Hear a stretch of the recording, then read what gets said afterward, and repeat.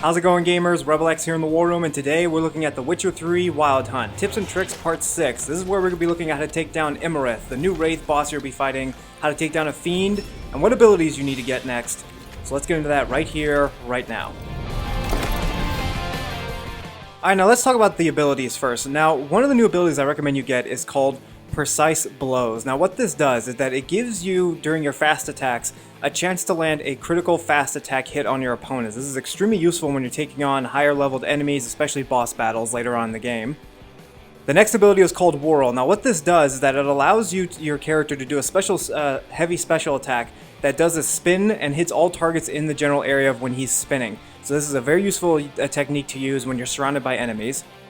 And now finally, once you've unlocked the fourth and final slot to put in a mutagen, I recommend use a green mutagen. This will increase your overall health. In fact, once you've combined a few mutagens, the green ones together, and form a more powerful one, this will give you a very high health boost.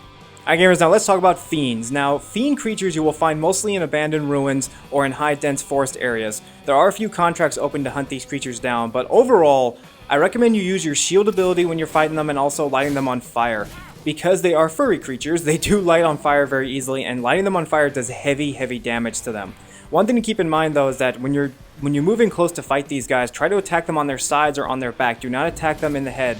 As you see right there, they do have a heavy horn attack that once you're hit, it does do heavy damage to you and also can leave you stunned for a few moments, allowing them to charge. But if you do shorten the distance between you and them, this will actually render their attack very useless if you dodge at the right moment.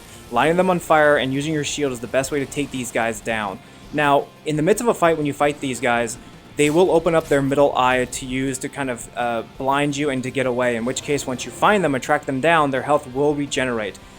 Use Superior Swallow to recover any health you've lost in the fight, increase your attack damage, and then continue to light them on fire and use your shield for protection, and you will take down Fiends very quickly. Remember, shorten the distance, do short dodges, hit them in their sides or their back, and you will kill them very quickly.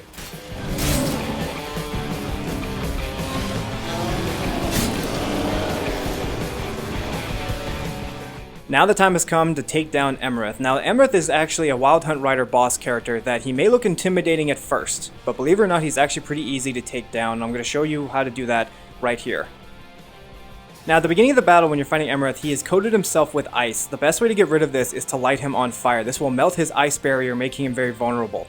Now at the beginning of this fight, you need to break his shield. At any given time of this fight, make sure that you have enough Mastercraft items on hand to repair your sword. Most likely your sword is going to take some pretty heavy damage in this fight, so make sure you do have a few Mastercraft items on hand to repair your damaged sword. But shorten your distance with him. Just do quick little short dodges, continue to hit him in his back. He will be blocking with his shield. Try to break that shield as soon as possible. You don't want this fight to drag out. He can do some heavy damage to you if he hits you with that hammer. I recommend using your shield as well when you're fighting him once his shield has been broken. Continue to light him on fire if he uses his ice barrier to coat himself with ice, but most likely he won't be able to do that if you continue to hammer away at him. Now once you do break his shield, he's going to do a unique special ability in which you're going to see right here.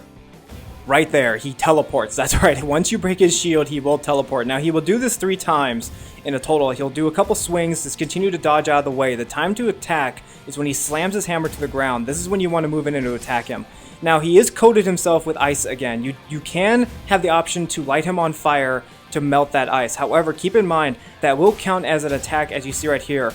Once that ends, he will teleport again and recoat himself in ice. I recommend you just continue to hammer away at him with your sword, continue to do your long dodge, and then just keep dodging. Remember, he's going to be doing this a total of 3 times before he slams his hammer down to the ground, so just continue to dodge out of the way. Use your shield in case you get struck a few times, that way your shield can take the damage and not your health. Continue to dodge out of the way, light him on fire a few times, move in for short, quick attacks, use your shield, and you will take down Imerith very quickly.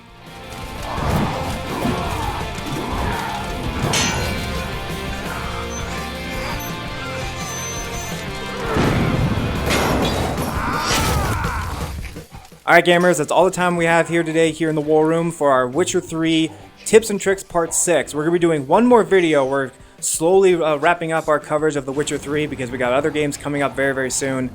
However, subscribe to the War Room if you like what you see, and stay tuned for more because we got one more Witcher 3 video along with a lot more vids on new games coming out very, very soon.